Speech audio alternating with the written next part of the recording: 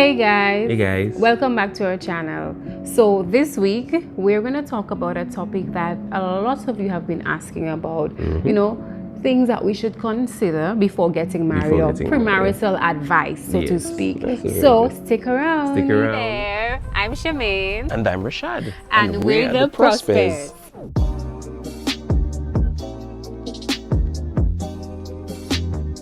So guys, like we said before, today we'll be giving a bit of premarital advice, some considerations before getting married. So those of you who are engaged, or if you're thinking of proposing to your girl, or if you're single and hoping to get married, these are things that you yourself can try to implement in your life before getting married. So let's go.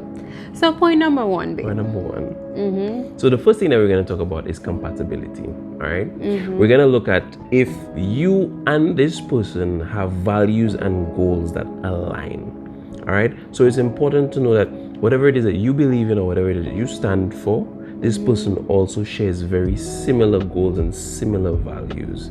That will help the relationship go the test of time. Yes. Also, in terms of the interests and hobbies, that's very important. So there are persons who are extroverts and introverts, so that in terms of the temperament is very important. So for example, Rashad is an extrovert and I consider myself in between. There are times when I would like to be at home, and then there are times when I would prefer to be out. So, and for some couples, they're on the extremes of the spectrum. That's true. Some just like to be at home, while others just like to be out. So would you guys be okay with your partner staying at home, or you always going out by yourself and your other partner at home? So you have to speak about that. Would there be a compromise? And because that can make or break a relationship. Yeah, and I think that one of the things that's important with compatibility is compatibility really assesses the longevity of a relationship. So yeah, you might get together with someone because you're attracted to them, or you might, have some things in common, but really and truly compatibility would determine if you guys do the 10 years, the 50 years, the 100 years. Because some people would say, I don't really have much in common in terms of interests as my partner, but I'm willing to compromise. And then somewhere along the line, you realize that you lose yourself. You begin living yourself for your partner. So it's whatever my partner likes, whatever they want to do. And you like to do something completely different, and then you feel that you're in the relationship stifled. So be careful about that. Now, it's also important to know that during the course of a relationship, it's obvious that values and goals will tend to change because, like Shemaine mentioned, in the beginning, I used to love going out. Shemaine, I could not get her off the couch. I could not get her to come out with me.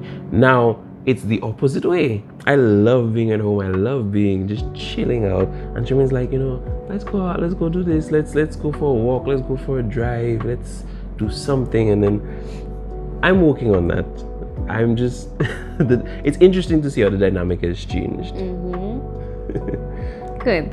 So point number 2, communication. Communication is a very, very, very vital part of a relationship.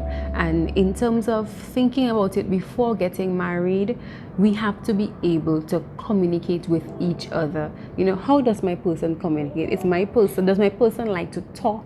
Or are they passive when they're upset? Can I approach my partner when he or she's upset? These things are important to consider. It's also really important to be open and honest in your communication.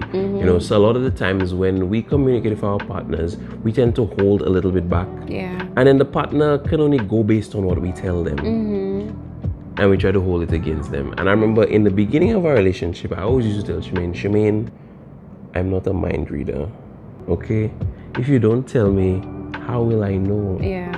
And that's something that she ended up learning over the course of time, that it's only what you communicate openly that the person can actually assimilate. But then on the flip side to that now, it's important that the partner on the other end listens and understands. Men have a tendency of hearing to respond. So Shemaine would come tell me something about Sandra, Sandra this, Sandra that. And I would just be like, oh, this Sandra, I tell you about Sandra already, just drop Sandra, she's not your friend. But what I've come to realize is that sometimes women are not asking you most for of your the time. advice. They just want a listening ear. Exactly. So that's important in terms of listening and understanding, not just hearing guys, to respond. not to cut you off. Fine. So guys, when the girl comes and she's upset and she's crying and she's in her mood, talking about Sandra don't it's not, most of the time it's not that she wants your advice or she's looking for the problem to be solved. It's just that she just wants her voice to be heard.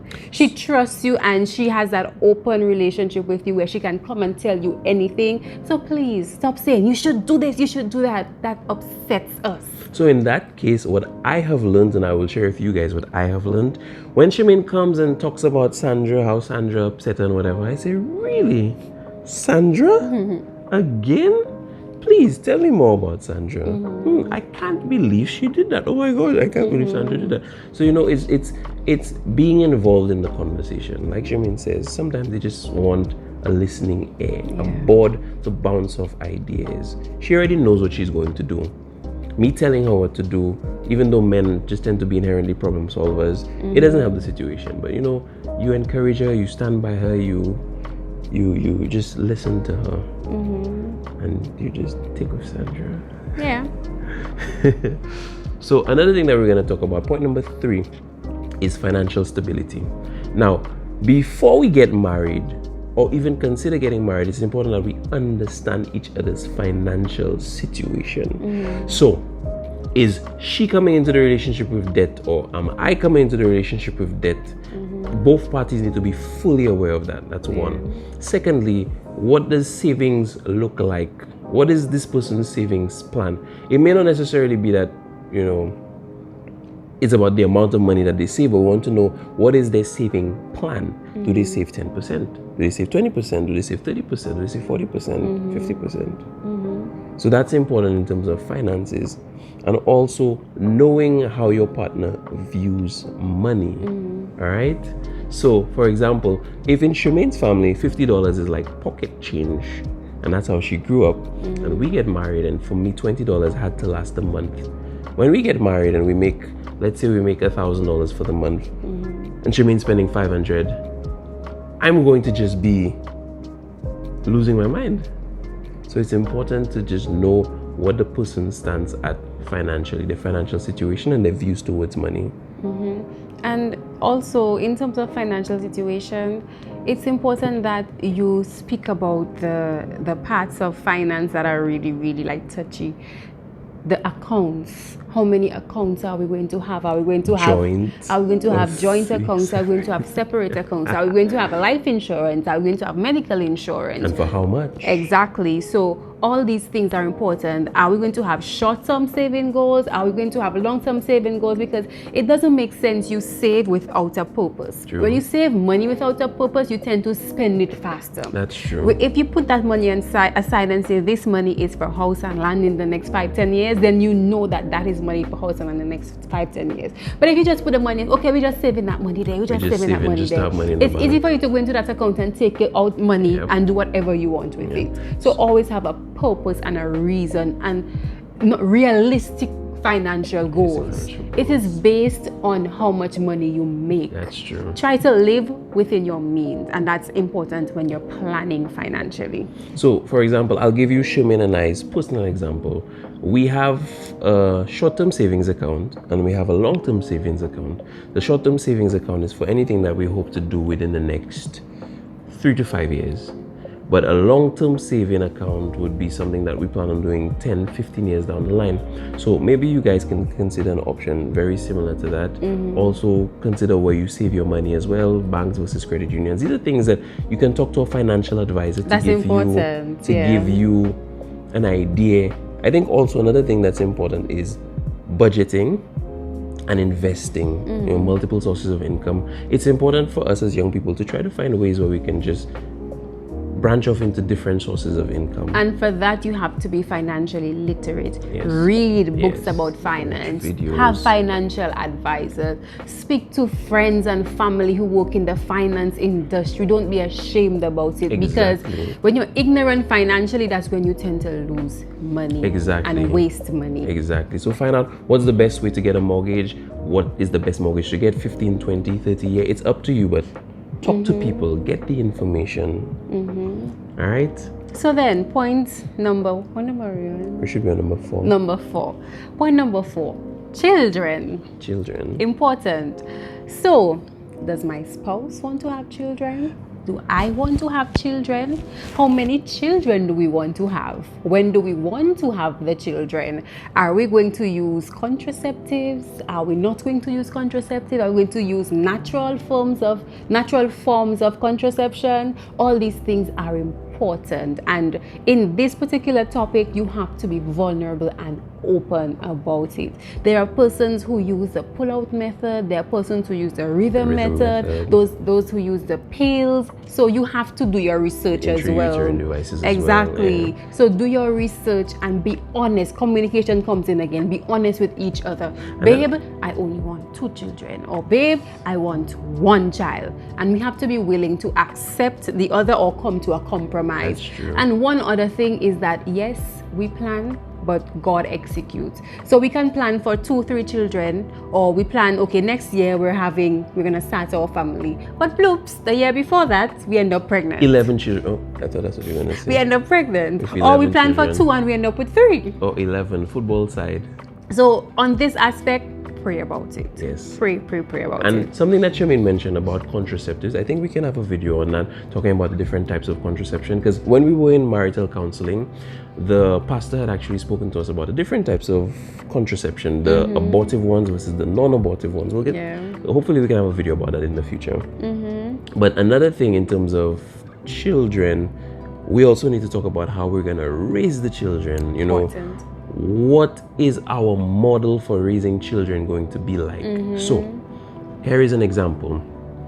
In your family, when you were growing up, if your mother was considered to be quote unquote the discipliner or the person taking care of the kids or the person spending most time with the kids, and in my family it was my father doing that, when we now come together and we have kids, that can actually be a source of conflict because you want to spend all your time with the kids, you want to discipline the kids, and I want to do it. Or let's put it this way, what if in your family your father was the person doing that, and my family, my mother was, and then so now you're expecting me to be the one disciplining the children, and for me, I am expecting you to do it and nobody's doing it, or we're just in conflict. It also depends on how we're going to raise our kids, what values or what belief system. You know, are we going to educate them in the public school system? Are we going to vaccinate our kids? These are things that we need to talk about. How are we going to do cultural relationships, the culture that we're going to subscribe to? These things are also very important as well. Another point that we're going to talk about in the relationship is personal growth in the relationship. If you're going to get married to somebody, you have to understand that there needs to be space to encourage personal growth. So for example, if you're coming into the relationship as a person with limited life experiences and you do want to go back to school, or you want to start a business, you want to follow your dreams, you and your partner need to sit down and figure that out. It's not fair to one person to come into the relationship saying, I want to go get married, and then right as soon as I get married I go back to school and I do my master's or whatever, or my PhD, and then the other partner is expected to wait. Also, it's not fair to another person that you get married and you expect them to just leave their dreams behind just to come join you, become a family, and then just have no plan. So it's important to kind of figure out where is the space for personal growth. And then there is something else that I would like to touch on. It's comparing ourselves, our relationship to other relationships. Or you coming from your household and trying to bring everything that you did and learned there into your relationship. I think your relationship should be like a clean slate where the two of you decide what you are going to do together. The influences that are around you, you decide what I'm going to take from my family, what we are going to take from your family, what we're going to take from that family, and we implement in our relationship. It is your space. You do what is best for the two of you. That's very important. That is true. Okay. So for example, in my family, my mother and my father, they both shared the brunt of the chores and the cooking and everything. And at one point, my mom decided to go back to school, and she decided to, you know, further her studies. So my dad had to take up that responsibility of doing all the chores and being the number one, you know, disciplinary and everything. So in Rashad's family, his dad is the one who does most of the cooking and everything. So when we got together and when we got married, it was kind of weird. He wanted to do everything, like he wanted to do all the cooking and everything. I'm like, so what am I supposed to do? Isn't a woman supposed to be doing the cooking? Well, I was taught that, you know, as a man, you need to be independent. You need to be able to do everything for yourself. That a woman is not a necessity in your relationship, but she comes into your life for her benefit, not for yours. So you see, that's what I'm saying. We're bringing everything that we learn from the individual institution of family into our own. So that is important. You discuss the roles. Important, the role as him, as a husband, as father, what you expect from me as wife, as mother, and you just come to an understanding. And understanding is important. And even for the personal growth, we also talk about like individual time. You know, in a relationship, especially moving towards a marriage, there needs to be a conversation about how are we going to spend our personal time. You know, you have friends that you had before the relationship, you have family that you had before the relationship. I also had friends and family before the relationship. How do we balance relationship time with spouse, or how are we going to balance relationship time with spouse and also spending time with your friends or your buddies? You know, that's something that needs to be discussed, because you don't want to get married and be acting like a bachelor still. And acting like a bachelor, or on the flip side, you get married and you're acting like you're caged in, which is not bad. Some people, they like to spend all their time with their spouse, but you don't want to know you're married and then one party wants to spend some time with their friends, but the other party feels like you need to spend all your waking moments with me. You have no other friends. I am your only friend. Yeah. That's dangerous. Right? So I think that we have touched on a lot of topics there, and I just hope that this video serves you well, that you learn from it. And another piece of advice, if you're looking to get married soon, marriage counseling, premarital counseling is important. And they would go even deeper on the points that we've touched there. They would go on sex and how many times a week you'll have sex, your views on sex. These things are important. I think that's also something that's important to talk about as well before you get married individually. The ideas, because we each come with our preconceived ideas and expectations in terms of sex. And like I said in a video before, the video just over-sexualizes the thing. Right? So you come thinking that you're going to have the best sex of your life. What if your partner does not fulfill that expectation? That's true. What if your partner has a higher libido than you and you have a lower libido? How do we deal with that? That's true. So all these things are important. You know, I thought you said you had a video that you were going to talk about. It's coming, guys. It's coming. It's coming. Like she said, it's coming. We have to hold her to that, eh? Right. So it was just really nice having you guys just chilling and talking on the couch, you know. Like Shamin said, marriage counseling is important, but also figure out when it is you guys want to get married in terms of the timing. The timing has to be right for each of you. It's not about, I want to get married now, because fun fact, we actually wanted to get married in 2017. I remember that time. No, 2017, we decided we wanted to get married in 2019. No, we wanted to get married in 2017. We met in 2015 and we wanted to get married in 2017. Like, that was it. We're like, you know what, we've planned it out, it's perfect. I want to spend my time at school with my wife, so I don't have to be spending time fighting temptation, all my energy. And we just wanted to just start life together. Yes, but also I don't want to be wasting energy fighting temptation when I could be using all that energy to grow my life with my wife. But then God had other plans. So 2017 did not happen, and lo and behold, because we broke up in 2018, and then I think he was probably upset that we didn't get married and he was kind of like just out of it. But anyways, Wow. thank you guys for being with us once again, and we'll see you guys next week, God's willing. And remember to seek God first before making any decision. Any decision. As a couple, you seek Him together, and as individuals, seek Him together. And also as individuals, seek accountability. If you have any questions, guys, ask somebody who is living the way that you admire or in a reflection of biblical lifestyle. Ask them, hey, or somebody who's very knowledgeable about the Bible, somebody you look up to, how can I deal with these issues, or what are advices that you guys have when it comes to marriage for me?